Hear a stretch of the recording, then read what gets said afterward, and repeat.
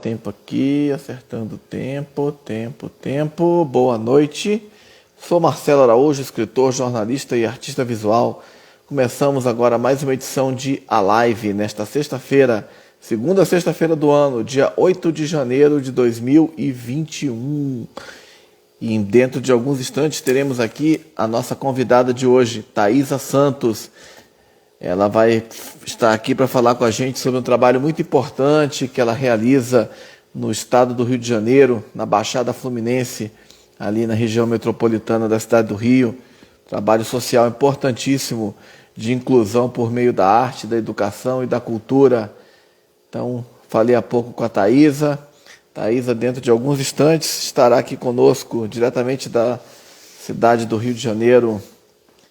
Nós estamos aqui nos preparando então para começar a nossa conversa, a nossa live de hoje, que vai ter muito assunto interessante, muito assunto envolvendo poesia, envolvendo artes visuais, envolvendo histórias, né? Mas também envolvendo uma questão importante, que é a questão da arte, da cultura, da educação, como instrumentos, né? Como ferramentas, né? Para combater, né, enfim, determinados problemas, como a violência. Grande Fredinho, bem-vindo.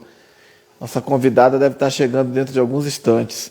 Então, a gente sabe que a arte, a cultura e a educação são muito importantes, né, para o desenvolvimento de qualquer nação.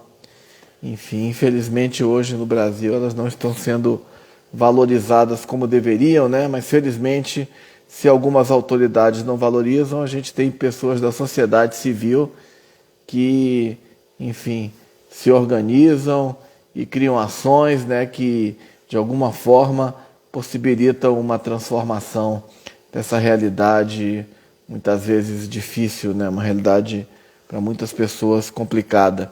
Enfim, a nossa convidada acabou de chegar, Thaisa Santos, e eu vou adicioná-la à conversa. Opa! Alô, Thaisa. Tentei adicionar a Thaisa, mas enfim, não sei se ela... Só um instante aqui. Thaisa. Estou tentando adicionar a Thaisa, mas não estou conseguindo. Enfim, não sei o que está acontecendo. Não, peraí. Alô, Thaisa, tudo bem? Estou tentando adicionar você. Não sei porque não está aparecendo a possibilidade de adicionar você na conversa. Peraí, deixa eu ver se eu consigo aqui. Ok,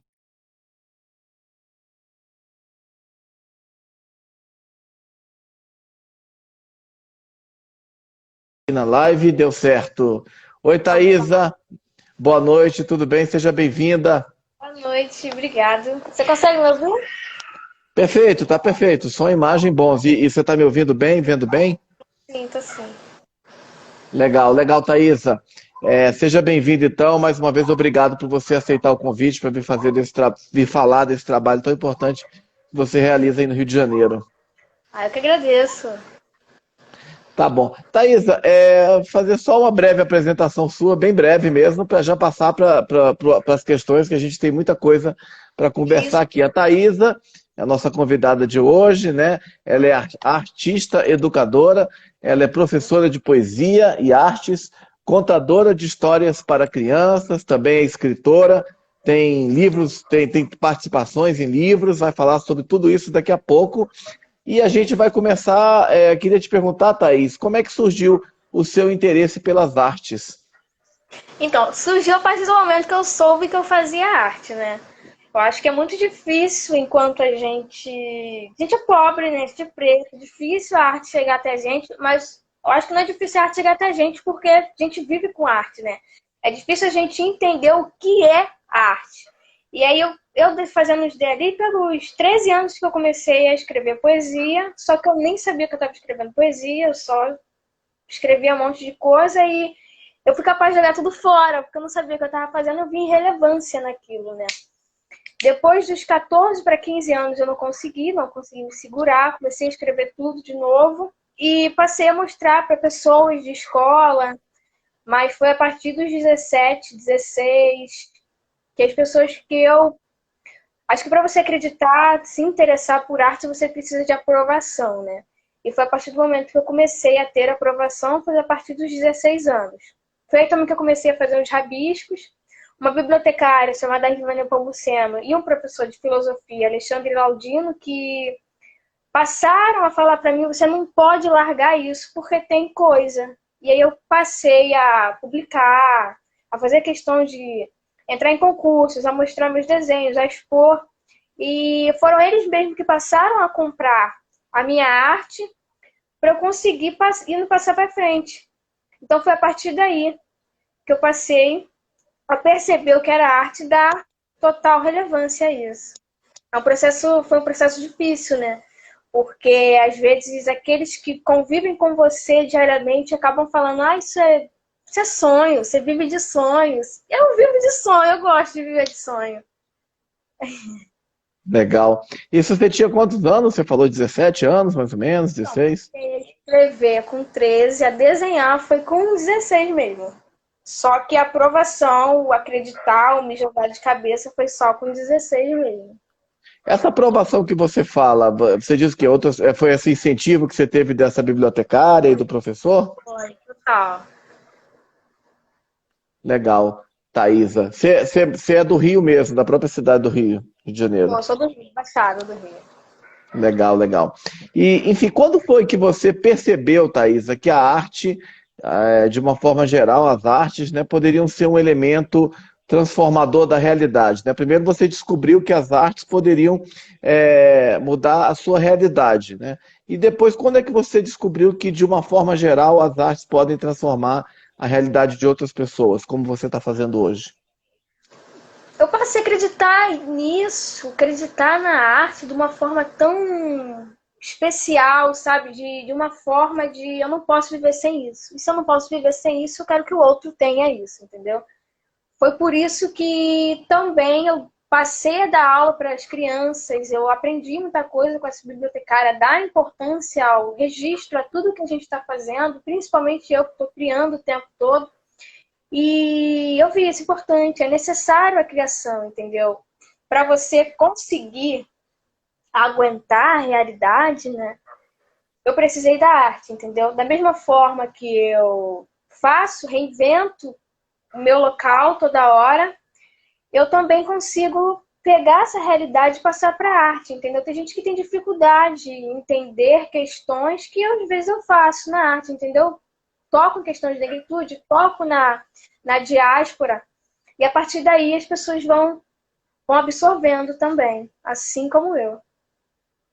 Tá certo. E como é que foi que surgiu a ideia desse projeto que você realiza na Baixada Então, Fluminense? esse projeto Inclusão Sem existia, né? Eu fui aluna desse projeto. É um projeto voltado à criança e adolescente. São crianças de 5 a 18 anos. Agora que a gente tem grupo de futebol, a gente aumentou a faixa de idade. Mas é um projeto voltado à educação. Educação e assistência à criança e adolescente, né? A gente faz distribuição de alimento, de cestas básicas, tem reforço escolar, português, matemática. Agora está tendo até um pré-vestibular pequeno. E tinha aula de biscuit, aula de miçanga. Aí eu fui uma vez visitar, eu fui aluna, saí e voltei de novo com 17. Foi com 16, 17 anos. E aí eu fui lá, revisitei, eu ia ser só uma voluntária ali, só para ajudar a arrumar as coisas, até que a pessoa soube, a organizadora soube que eu era poeta, ela falou, vou propor uma oficina de poesia com você. Eu fiquei, mas como é que eu vou ensinar a poesia, né? Poesia dá para ensinar, né? Aí eu englobei a arte logo e fui, agora não consigo viver mais. Aí eu sempre agora estou apostando, faço parte da coordenação do projeto, a gente agora está sempre colocando coisas em cunho literário. Agora o projeto em si é em prol da literatura também. Uhum, legal. E esse projeto que tem alguma instituição que desenvolve, que está por trás dele? Quantas pessoas participam? Então, se chama Projeto Inclusão. As minhas aulas de arte são uma das aulas que a gente oferece. E o nome da organizadora é Hélida Nascimento, vocês podem pesquisar aí. O marido dela é Marcos Nascimento também, podem procurar no Instagram. Caso até você queira propor uma live para ela, será legal para falar mais, melhor do Claro. projeto. E hoje a gente atende 80 crianças, né? 80 crianças, provavelmente 60, 40, 60 famílias com cesta básica. A gente foca na criança e adolescente, mas a gente consegue fazer uma rede bem maior. Nessa pandemia, a gente conseguiu fazer uma feira solidária, distribuição de legumes e frutas, e a gente conseguiu uma boa parte da comunidade. Já alcançou muita gente. Bacana. Em quais localidades da Baixada que o projeto é realizado? Em São João de Meriti, bairro Éden. Ah, legal. E, enfim, e vocês contam com parcerias, né, de outros, da sociedade, de empresas, porque você, inclusive, falou, acho que de um pré-vestibular, não é isso? Que ia... Então, pré-vestibular foi fundado pela minha irmã, só que agora ela vai estar sem tempo de dar continuidade ao projeto e provavelmente eu vou dar a outras pessoas, a gente vai alocando um monte de gente.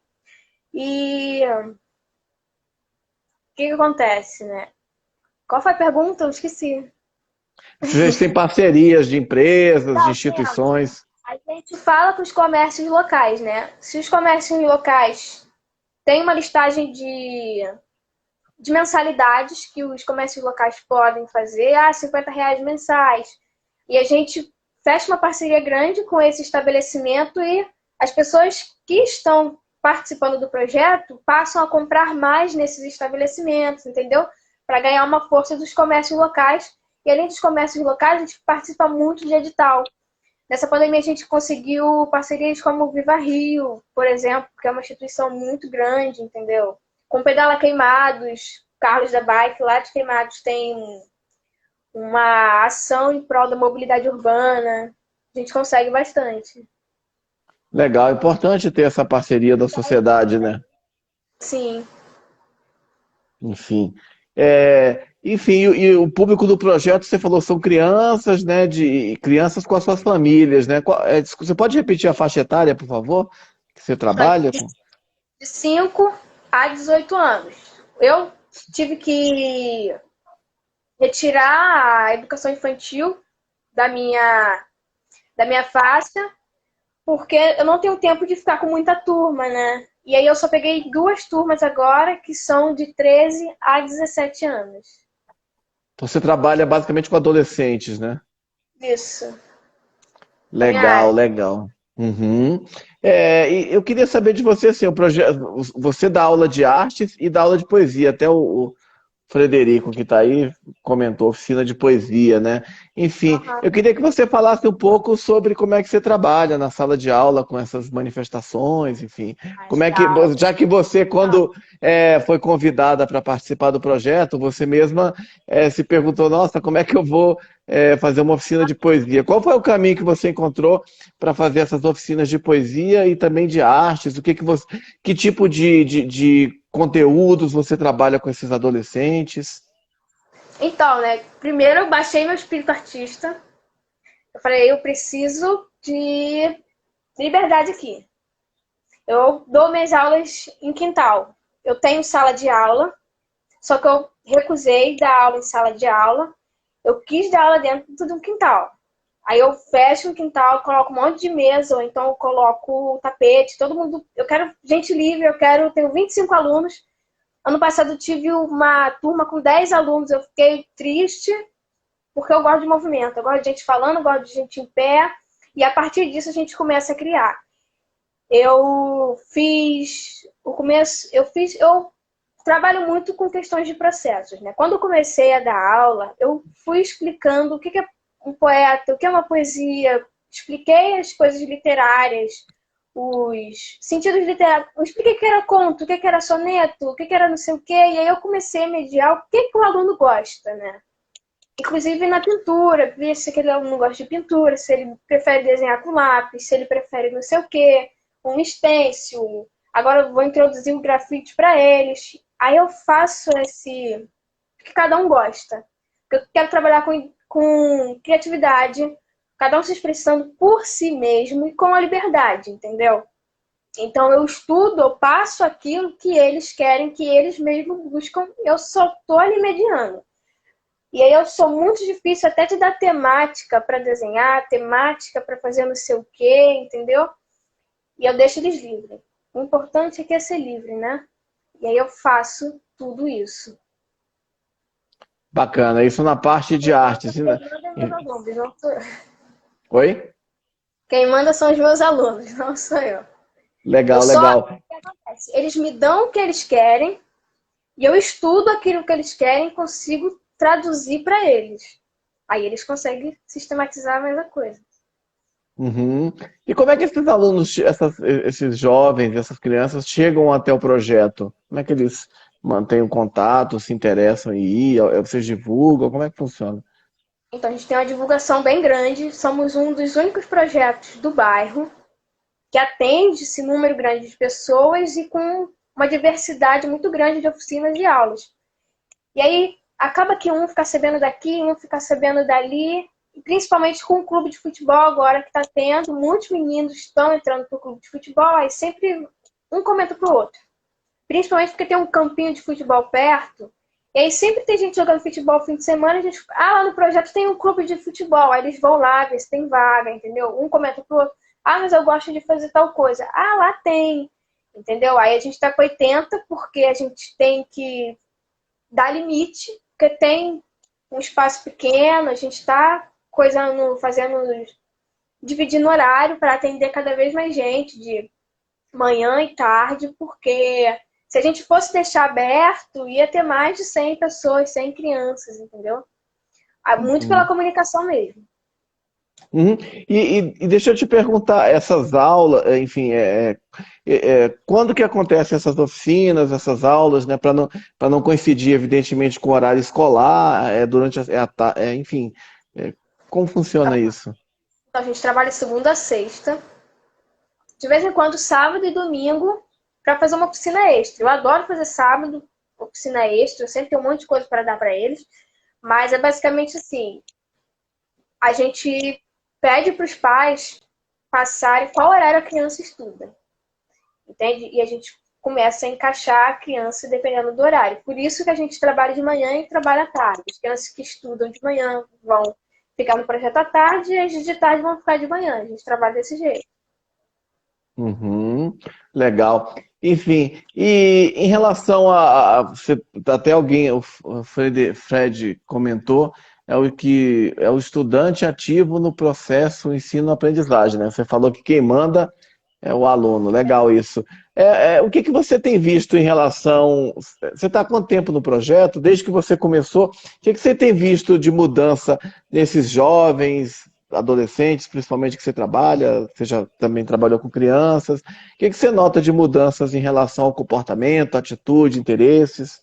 Comportamento, uma coisa que eu passei a perceber é que as crianças e adolescentes são muito dispersas, né? Tá toda hora querendo fazer, toda hora querendo ser. Eu fui uma pessoa muito quieta na minha.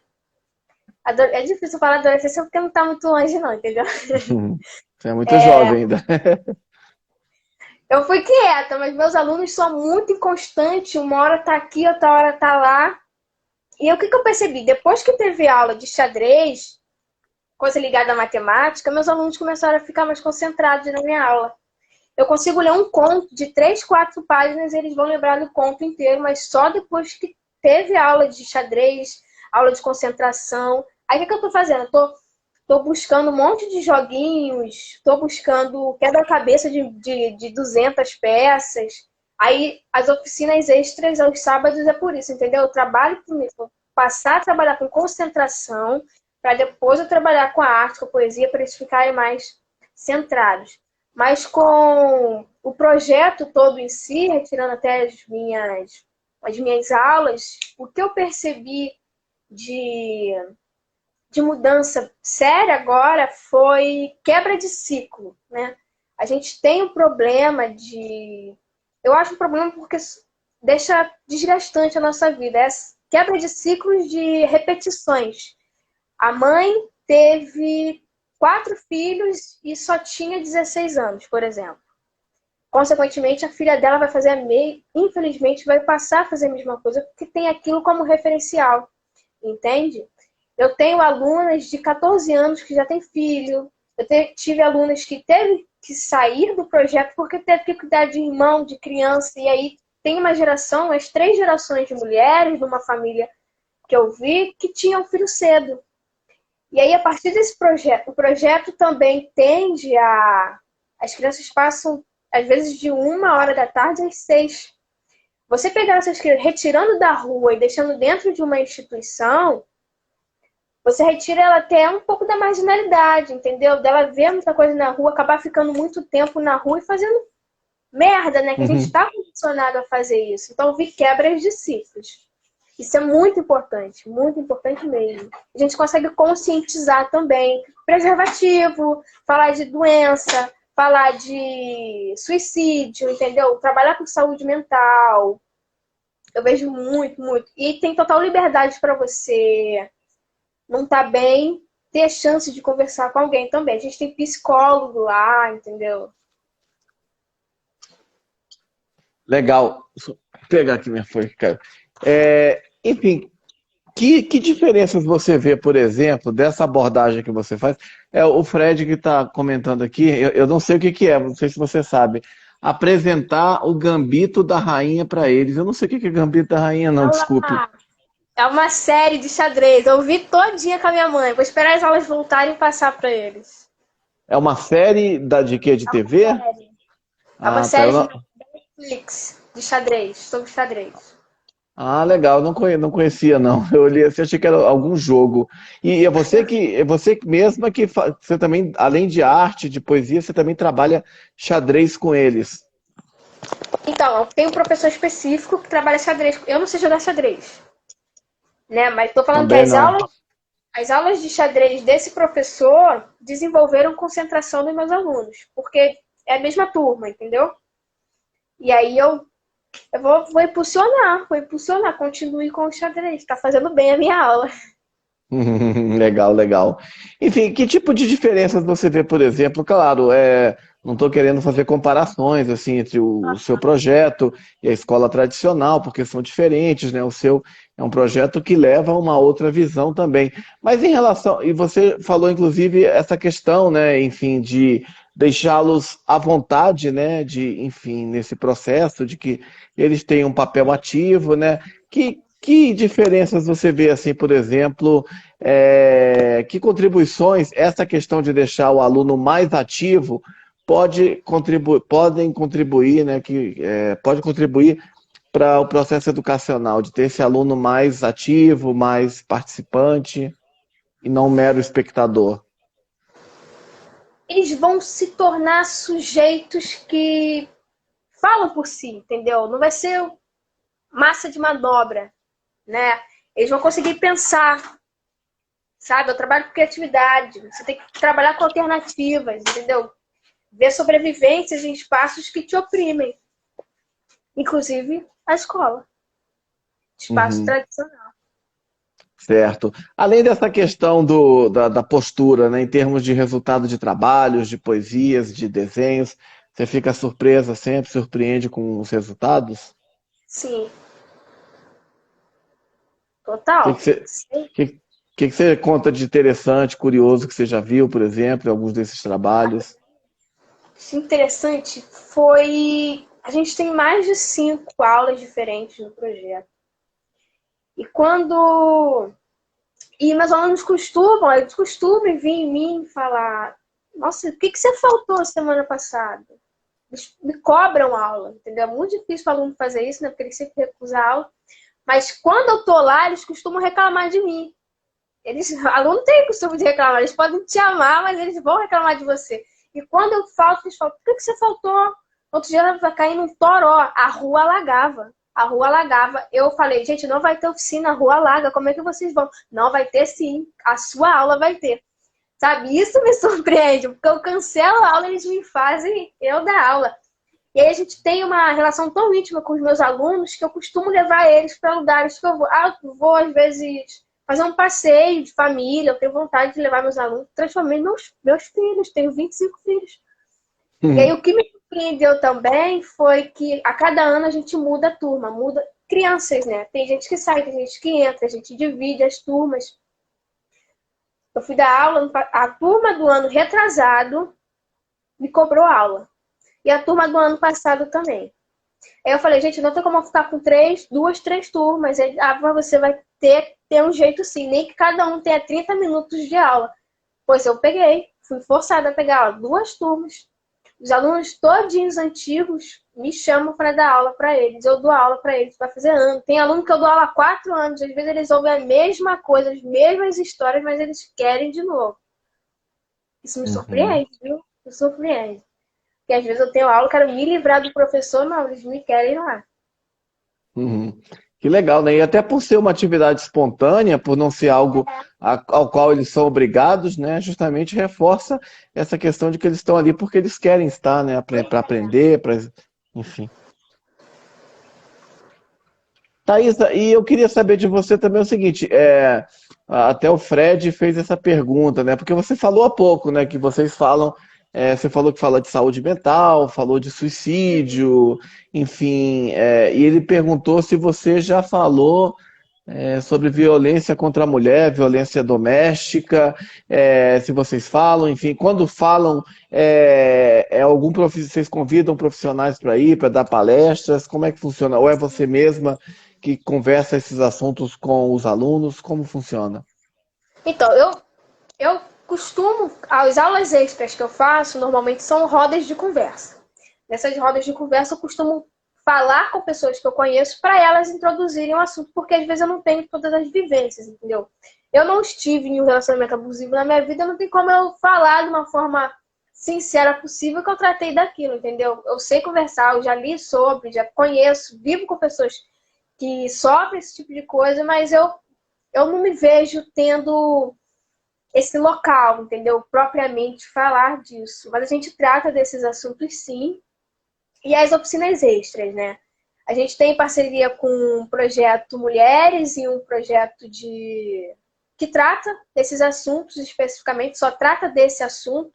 E a gente, quando quer fazer alguma ação, alguma roda de conversa sobre, a gente comunica essa galera e traz para o nosso projeto. A gente vai trocando, entendeu?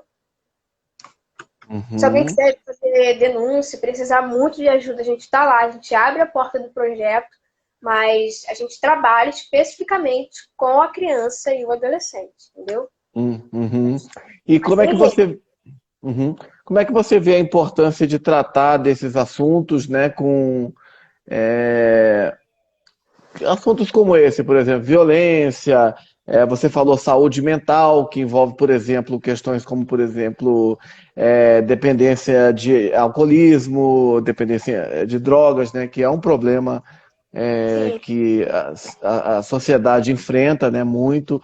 Enfim, como é que você vê a importância de tratar esses assuntos com os jovens, né, eventualmente até com crianças? Você falou há pouco também, eu vou só complementar mais uma coisa na pergunta e você fala depois a respeito de questão de educação sexual, né? Porque, inclusive, nos últimos anos, essa questão da educação sexual começou a ser a educação sexual nas escolas, né? Que deveria ser algo louvável, né? Porque justamente é uma forma de você atuar na prevenção de doenças sexualmente transmissíveis, de gravidez precoce, como você falou, de várias questões, né, vários problemas, ela começou a ser tratada como algo pernicioso por grupos conservadores, grupos religiosos, enfim, não estou querendo entrar no mérito da fé de cada um, mas começou a haver, digamos, uma Só deixa eu fazer perseguição, uma né, a coisa. essa. Estou te Eu vou ter que ouvindo. dar uma paradinha aqui que eu vou tentar adicionar outra coisa aqui, porque minha internet agora tá caindo.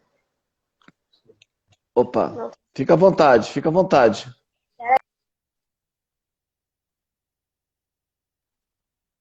Opa, tivemos uma questão de conexão aí com a Thaisa, mas acho que já já ela volta. Ela está tentando adicionar, resolver a questão aí. Acho que é questão de conexão.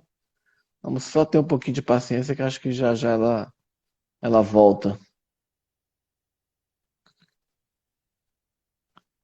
A gente então, enquanto a Thaisa tenta ver essa questão da conexão, é só para explicar que hoje estamos recebendo aqui a Thaisa, acho que ela caiu.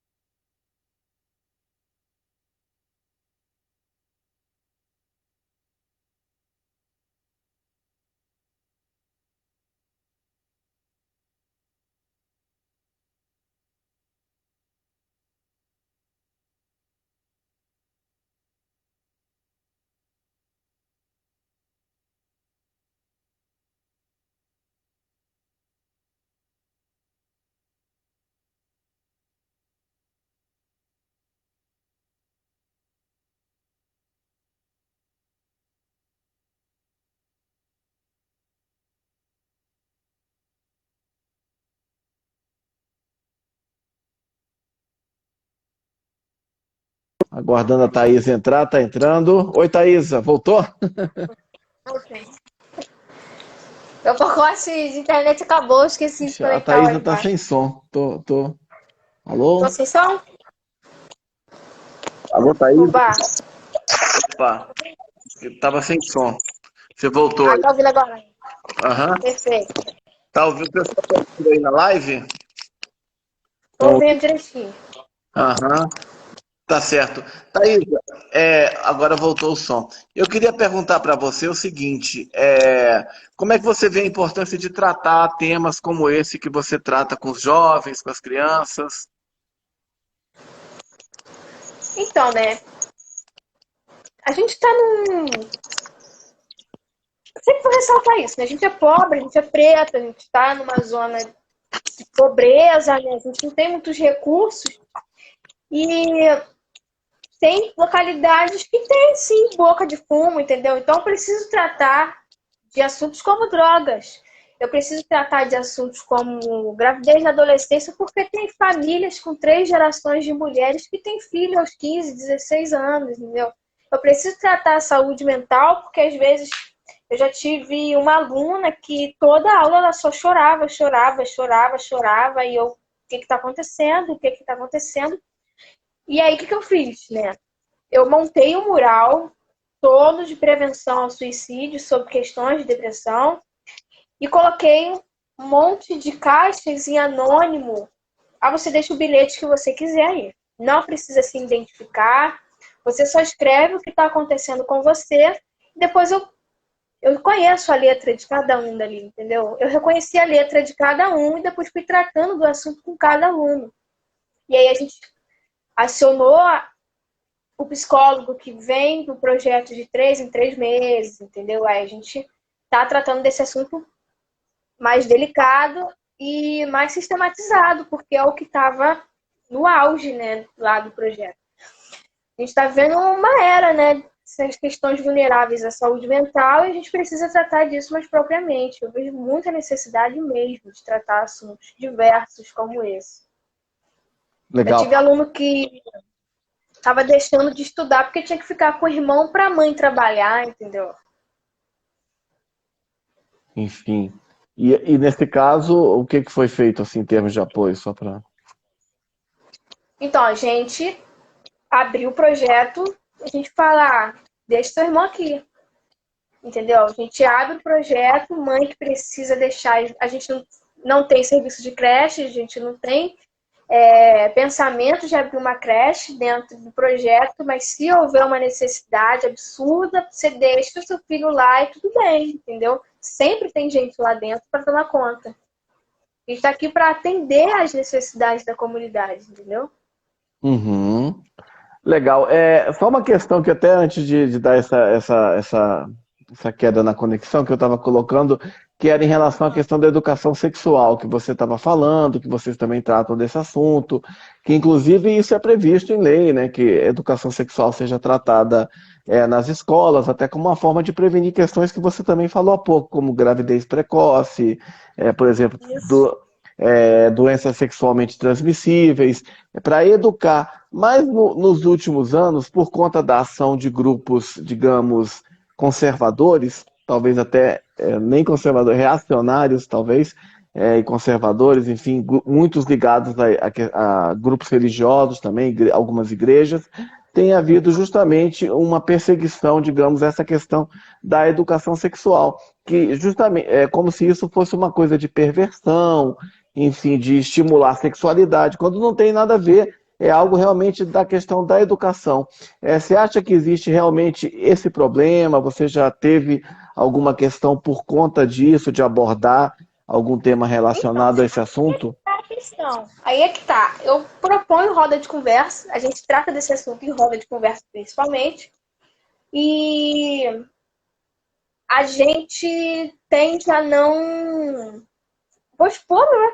A gente tende a não divulgar os assuntos da roda. Tipo assim, a gente vai fazer uma roda de conversa sobre preservativo. A gente que tem tabu de ver uma camisinha, entendeu? A gente faz a roda de conversa, joga um monte de preservativo em cima da mesa, a gente começa a explicar as coisas.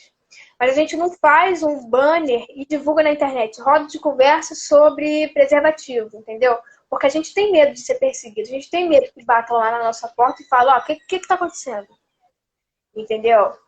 Então a gente mantém só pra galera do projeto, entendeu? A gente não sai espalhando porque a gente tem medo de ser atacado, né? Muito fácil agora estar sendo atacado, a gente tem que se prevenir de alguma forma. Então, essa é a maneira que a gente conseguiu, de a gente propor esses assuntos dentro só do projeto, sem divulgação para o externo. É um absurdo, né? Essa situação absurda, Sim, porque você ser perseguido por promover educação, né? exato. Conscientização. Infelizmente é uma realidade hoje no Brasil. Eu queria falar um pouco com você a respeito da questão, de uma questão referente à questão dos negros, né? Enfim, Aham. porque você como educadora, inclusive professora que trabalha com a arte, com a poesia, e historicamente tanto a contribuição dos negros, né? Mas também a contribuição dos indígenas, ela é Sim. menosprezada.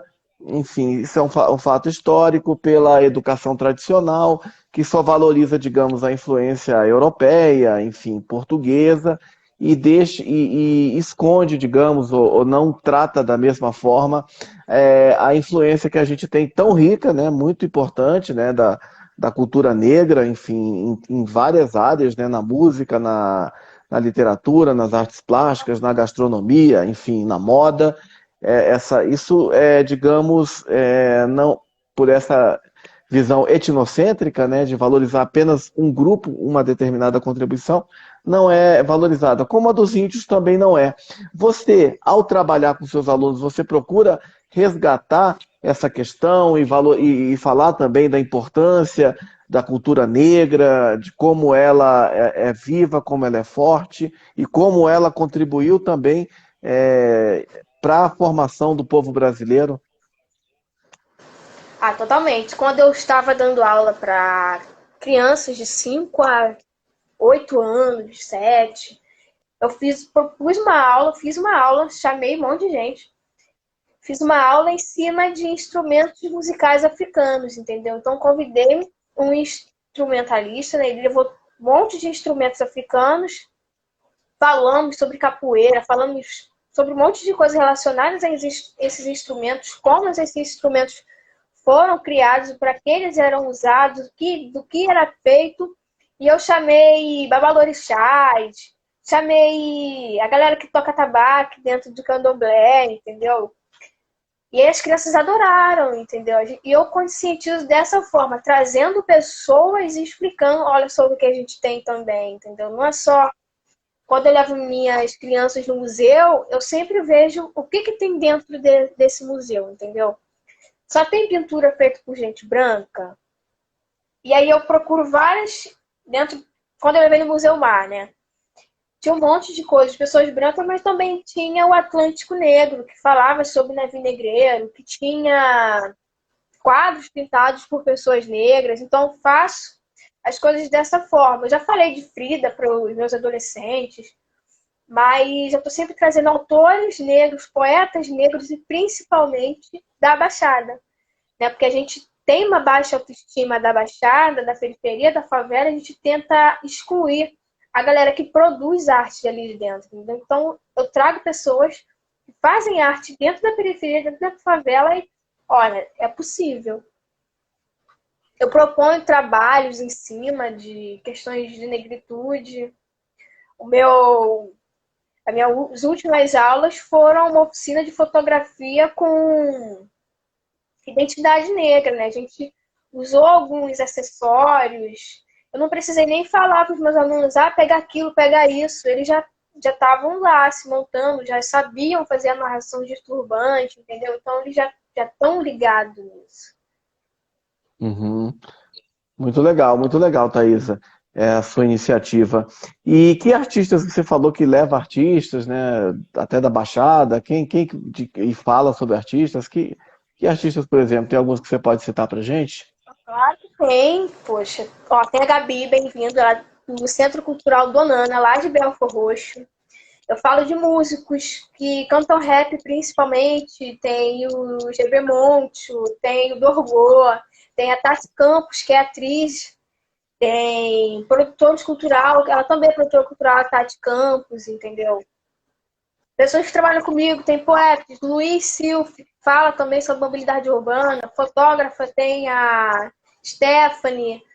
Então tem uma série de pessoas, e eu sou muito de, eu tô em várias frentes, né? Eu tô num coletivo aqui, eu tô num coletivo lá, eu tô num coletivo que a fundadora de Japeri, entendeu? É distante de mim. Eu tô com gente lá de Morro Agudo, que é o Dorgô, é o Monte.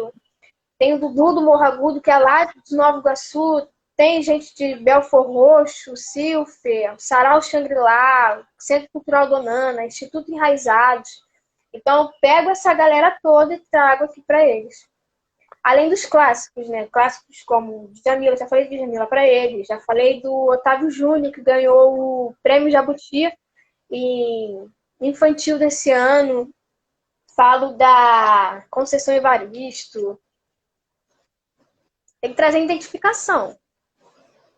Bacana, e é legal também você promover essa conectividade com outras localidades aí da Baixada, né? Como Belford Roxo, né? Duque de Caxias, né? Enfim, legal demais. Isso. Bacana, porque eu ia te fazer uma pergunta, mas eu acho até que você já me respondeu essa pergunta.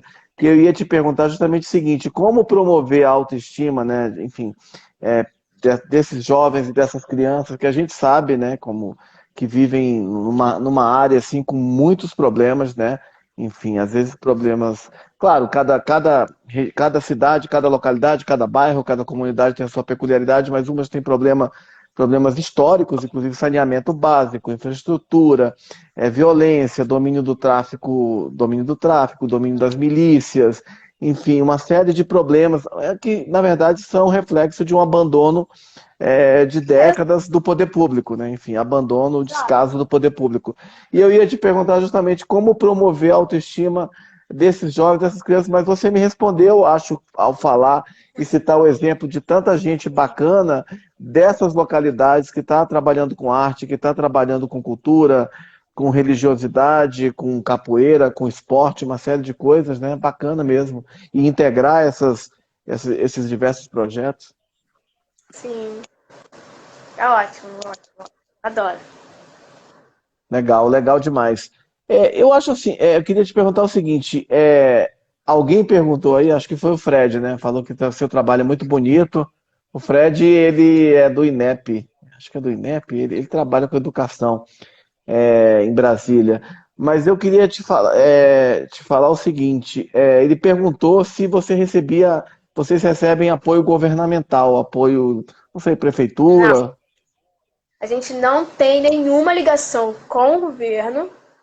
A gente trabalha pedindo mesmo, sabe? Entrando em edital, se a gente vê alguma frente oferecendo alguma coisa, a gente vai. Mas a gente consegue dinheiro mesmo para realizar tudo que a gente faz vendendo rifa. Todo mês a gente vende rifa, entendeu? As 80 crianças têm o dever, é o único dever que elas têm, a única coisa obrigatória que você tem que fazer, entendeu? É você vender pelo menos 5 a 10 bilhetinhos da rifa, entendeu? Todo mês a gente faz cestas de chocolate, a gente às vezes ganha bicicleta novinha. O que a gente faz? Ao invés da gente dar, não, vamos tentar fazer dinheiro. A gente rifa aquela bicicleta, rifa a bola de futebol. A gente recebeu uma bola de vôlei autografada, a gente fez uma rifa com essa bola de futebol, entendeu? A gente trabalha dessa maneira. Todo mês a gente está ali em cima, propondo rifa. A gente consegue dinheiro fazendo isso. Rifa e bazar. A gente tem um bazar dentro do projeto e a gente tem uma vovó lá, uma vovó compoteira. Ela faz compotas e a gente começou um projeto novo de fazer compotas e vender para fazer renda para o projeto também. Legal. Na sua opinião, como é que, já que muitas vezes o Estado não, infelizmente no Brasil, muitas vezes o Estado, quando eu falo Estado, eu falo de uma forma geral, né? É a prefeitura, é o governo estadual, enfim, é o federal, são, enfim, vários. Mas muitas vezes, como é que, às vezes na ausência do Estado, como é que a sociedade, como vocês fazem, que dica você dá, né, para outras pessoas que querem se organizar? Como é que a sociedade civil pode se organizar e até para pressionar, justamente, se mobilizar e pressionar o poder público para transformar essa realidade? Olha, o silêncio não protege ninguém, né? A gente tem que se expor, a gente tem que meter a cara de alguma forma, nem que o coletivo, o projeto seja online, a gente tem que fazer uma movimentação de alguma forma. Eu sugiro que unam, façam união de forças, né? Você já conhece um projeto ali pequeno, mas por que você não vai lá, dá uma visitada lá, entendeu? Ou faz outro projeto em cima e começa a fazer ponte com o outro, entendeu? Eu participo de um coletivo chamado Coletivo Baixada Cruel. Esse coletivo não viu sentido em criar dentro do coletivo uma ONG para dar cestas básicas. Então o que a gente fez? A gente se uniu a uma ONG de Parada Angélica e a gente recolhe cesta básica no coletivo do Baixada Cruel e manda para a ONG de Parada Angélica, entendeu?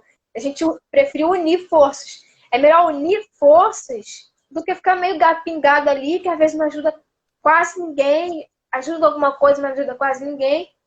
E fica um gato pingado aqui, um gato pingado ali. Junta tudo, gente. Junta tudo e faz revolução.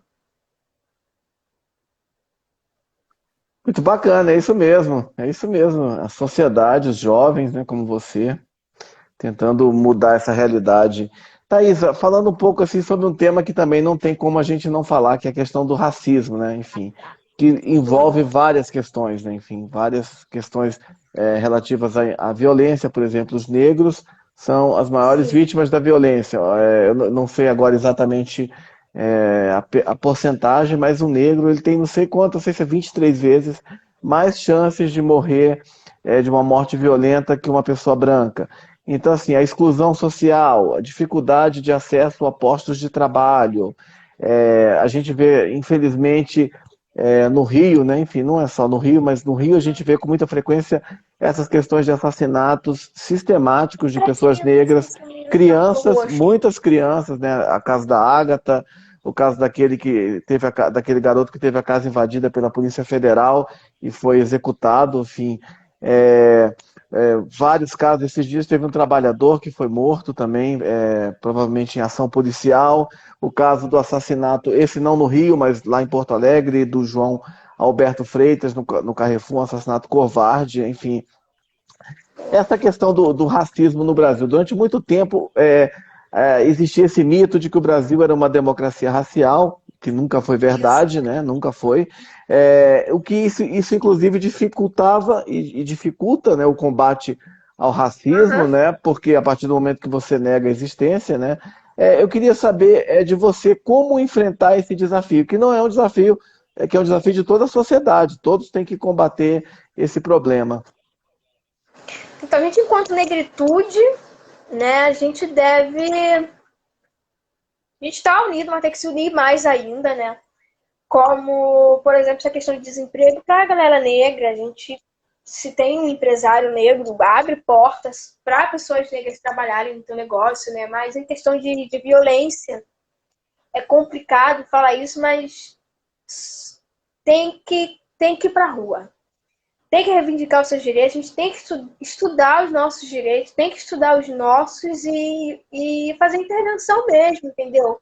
Você combate o racismo diariamente, o racismo cotidiano, entendeu? Você vê desmerecimento, você tá ali conversando com alguém, aquela pessoa começou a te defender, você tem que intervir ela na hora mesmo, se você tá sendo racista, entendeu? Você tem que fazer aquela pessoa perceber que ela tá sendo racista. Você tem que... tem gente que acha normal. Ah, eu ouvi esses dias uma pessoa falando assim, ué, é óbvio que vai ter mais preto morrendo, né? A população maior que tem no Brasil é de preto, você espera que quem morra mais? Aí eu, gente, como assim? Entendeu? Aí a gente precisa não normalizar a violência em cima de corpos pretos, entendeu? Tem que trabalhar dessa maneira, tentando ser antirracista o tempo todo. Enfim. Não, é igual a Davis falou, não basta não ser racista, você precisa ser antirracista também.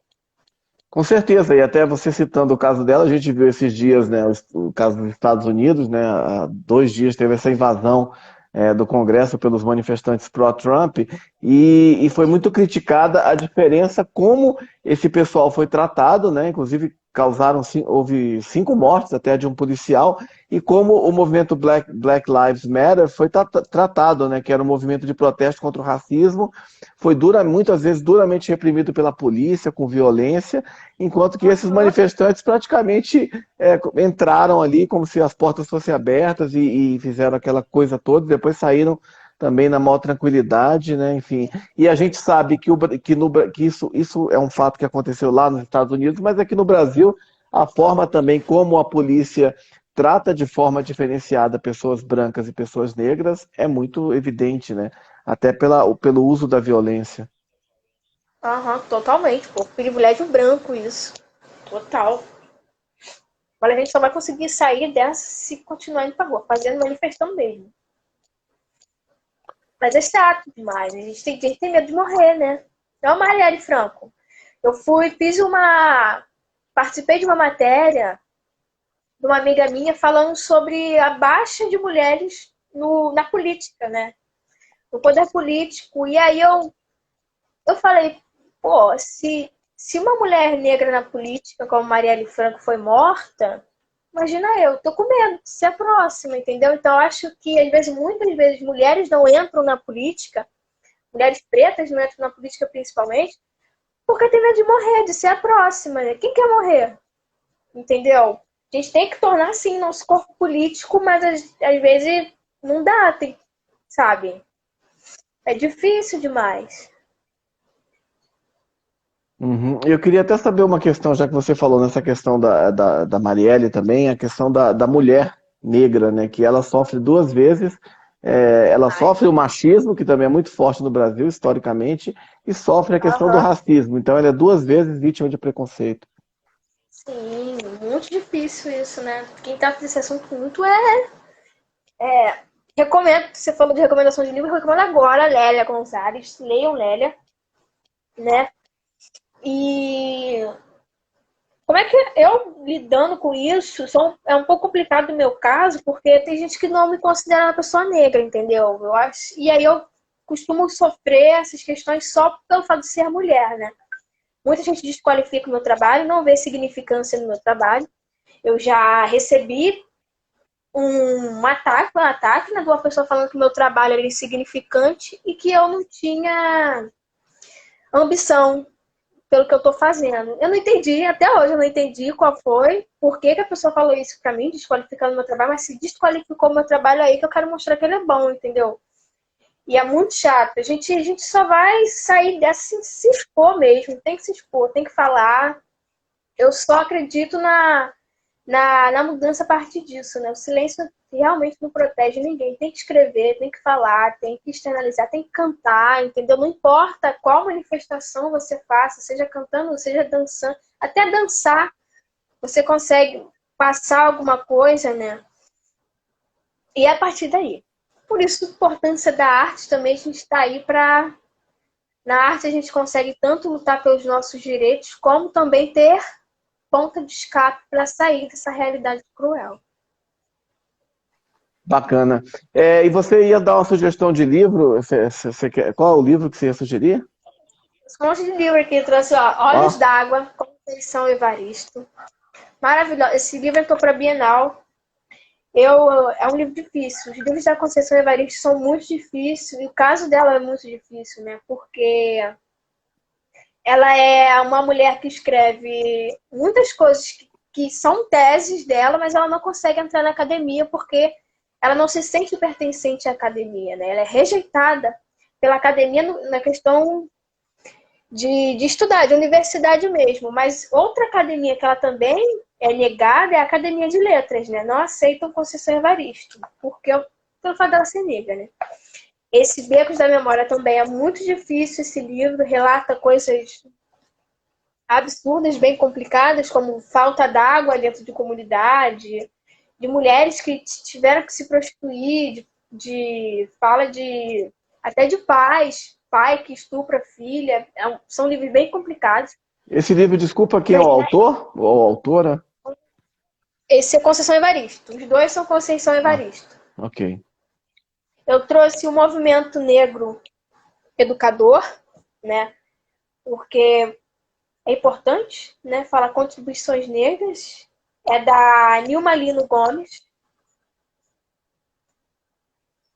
Eu trouxe Empoderamento da Joyce. Ganhei essa semana passada.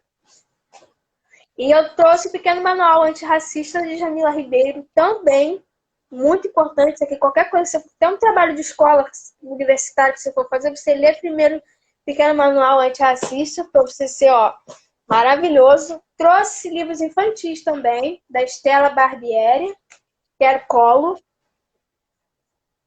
Trouxe O Adorável Menina, de Maurício Pestana. E eu trouxe Caderno de Rimas da Maria, da filha do Lázaro de Ramos e da Thaís Araújo. O filho deles também tem uma edição dessa com o filho dele, um menininho, que eu esqueci o nome dele agora.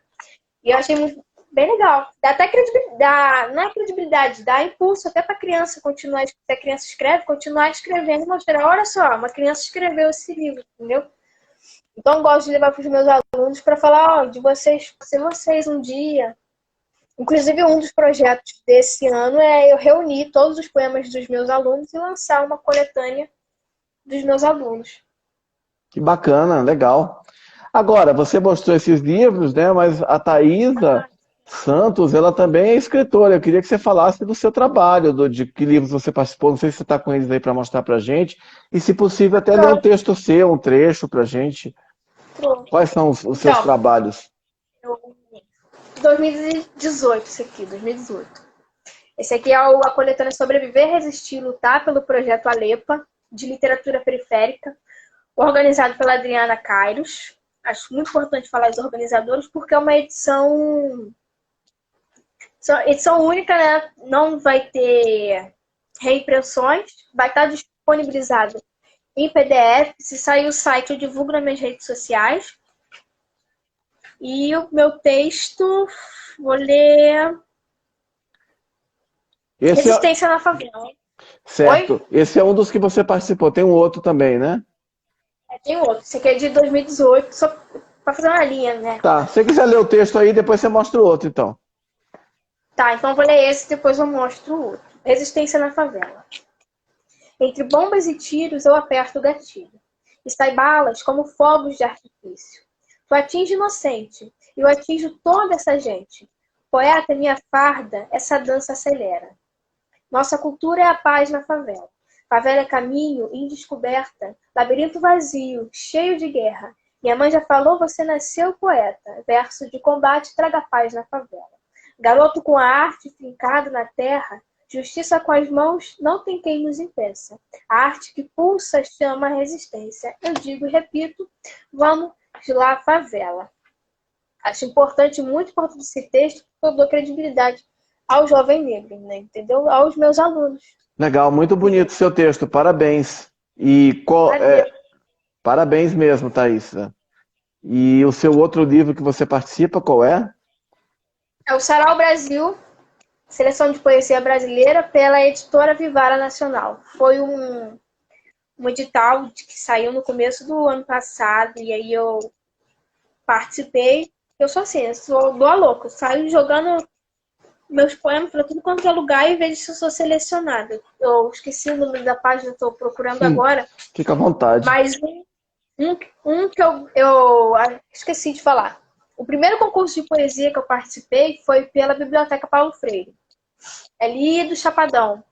Eu consegui terceiro lugar. Nossa, eu fiquei muito surpresa quando eu consegui terceiro lugar, porque eu estava concorrendo com uma mulher que faz parte da Academia de Letras e Artes aqui de São João, a Anice Neves. Eu falei, meu Deus, eu fiquei junto com a mulher da Academia de Letras, sabe? Me senti assim. E aí eu conheci ela pessoalmente, agora a gente é super amigas. Eu acho isso o máximo. Parabéns. Esse aqui teve uma colocação também, eu saí em segundo lugar. Esse foi qual que Foi você mostrou agora? Desculpa perguntar. o Sobreviver, Resistir e Lutar, do Ah, Alepa. ok. Deixa eu ver, 425, alguém escreveu aí. O 425. BXDS Life. Luiz me falou a página aqui nos comentários e aqui também. Esse daqui, ó, eu não escrevo só poesia periférica, né?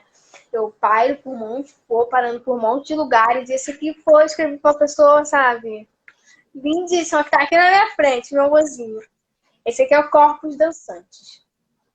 Sou passo que percorre teu corpo na dança por entre tuas vestes. Me toque na carne crua, a água nascente e enchente. Borboleta que rodopia nas entrelinhas e teu corpo me toca e transcende. Meu sol que perpassa por dois pares de nós, entre girassóis estamos a dois. Minha alma poeta com a tua que é filosofia. Museu de arte moderna, me pinte o pincel e excite. Boca contemporânea, me morde, chama e arranha. De Cavalcante que me perdoe, mas a arte que fizemos foi bem melhor. E diante dos olhos de lua, eu vejo o arco-íris dentro dos corpos desnuda. Corre, percorre, salta e descobre. Lápis que percorre o meu corpo. Eu levito em contato com a tua língua na minha. O meu corpo em mera malemolência, não espero nenhuma despedida. Me deixe despida. Enlace, tece um laço de fita. Músicas cantadas por Baco, orquestrando. Espelho que reflete meu corpo dançante. Fazemos amor com as luzes acesas, pois durante a dança os meus olhos precisam tocar nos teus. Parabéns, Thaisa. Maravilhosa. Maravilhosas as suas poesias. Lindas. Parabéns mesmo. Você tem um grande talento. Parabéns Obrigada. mesmo. A gente Gente, pensou, você é louca em colocar um poema que você fez por uma pessoa. Eu falei, gente, o amor tem que ser registrado na linha do tempo. com certeza. Thaisa, eu queria então te agradecer assim, imensamente por você ter estado hoje aqui com a gente para Eu falar agradeço. desse trabalho tão importante que você realiza aí na Baixada, com esses jovens, com essas crianças. Acho que você não chegou a falar de uma coisa, você conta histórias também para crianças, né? Eu faço contação de histórias também. Agora eu tenho a memória muito falha, sabe? Sou memória de peixinho. Eu esqueço um monte de coisa. Por isso que eu sempre ando com planner, bloquinho. Eu preciso anotar até minhas ideias. Mas aí eu comecei a criando, não sei se esse método já existe, mas eu estou criando os meus, né? De memorizar as histórias e conseguir contar gesticulando e com objetos nas mãos para representar a história sem precisar ler os livros. Então, eu estou essas férias queridas e essa questão da pandemia, que agora eu tenho tempo de fazer isso, né, de ficar estudando, de memorizar a história. E aí eu passei a contar para crianças. E aí eu estou fazendo até vou comprar, vou reservar uma gaveta do meu guarda-roupa só com figurino das histórias que eu estou selecionando para fazer a leitura. E que histórias Para ir que você conta para eles? Quais são, que tipo de Então, histórias? eu comecei contando muito essas histórias tradicionais de Chapeuzinho Vermelho, de Cinderela. Agora eu tô querendo focar em histórias voltadas à negritude, entendeu? Mas eu costumo contar qualquer uma mesmo. Uhum. Não tem uma seleção assídua assim, não. Bacana. E nesse período da pandemia, como é que ficou o projeto, enfim, essa questão do isolamento, das precauções? Está tendo com o distanciamento? Como é que está sendo? Então, né? A gente testamos o projeto ano passado com pandemia. E o que a gente fez? A gente reduziu o número de alunos e colocou um monte de horários. Né? 5 fica num horário, 5 fica no outro, 5 fica no outro. Eu dava aula para 5 alunos às vezes, entende? Com distanciamento, com máscara o tempo todo, com álcool gel na mão. Está continuando o projeto. As aulas vão retornar no dia 8 de fevereiro, ainda seguindo essas medidas, sabe? Com horários intercalados.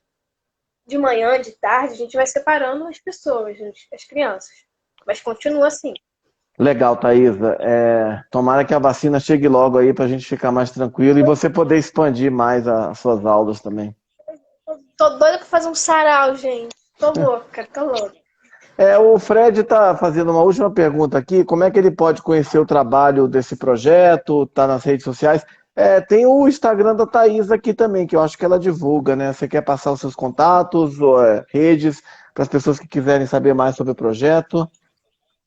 Olha, pode entrar na minha rede social mesmo, aqui no Instagram mesmo, que o projeto tem um Instagram próprio, que é o Projeto Inclusão. Mas se tiver dificuldade para achar alguma coisa, pode ir no meu direct, me mandar uma mensagem. Meu e-mail está anexado no Instagram, pode entrar em contato comigo pelo e-mail também, sem problemas, que eu mando tudo. O Instagram da Thaisa é Thaisa_Santos, não é isso? Isso. Thaisa com Y. E é Com Y. ISTHAY. THA. Minha mãe gosta de fazer coisas diferentes.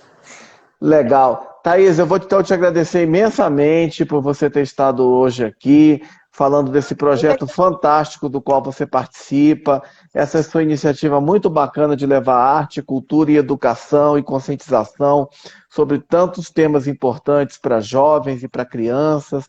Muito obrigado mesmo. Parabéns pelo seu trabalho, por esse trabalho fundamental, que ele cresça, que ele tenha cada vez mais apoio e repercussão. E também parabéns pelo seu trabalho artístico. Você desenha, você é uma poeta fantástica, né? Você leu aí 2 poemas belíssimos para a gente. Parabéns e sucesso para você. Agradeço. Obrigada você também por fazer essa gama de lives também. Você tem umas 80 lives aí. É bom que perpetua e dissemina conhecimento, né? Tem coisas para as pessoas também.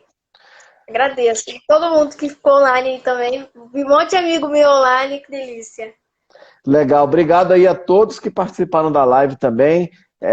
Obrigado aí pelas palavras também, Thaisa. O objetivo é justamente trazer pessoas como você que têm histórias e experiências legais para contar e inspirar as pessoas, né? Porque a gente sabe que a gente está vivendo um momento complicado, um momento difícil, de pandemia, de crise, e, enfim, às vezes ouvir histórias bonitas como a sua pode estimular outras pessoas a, quem sabe, fazer também coisas legais e às vezes sair de uma tristeza, de uma depressão, enfim.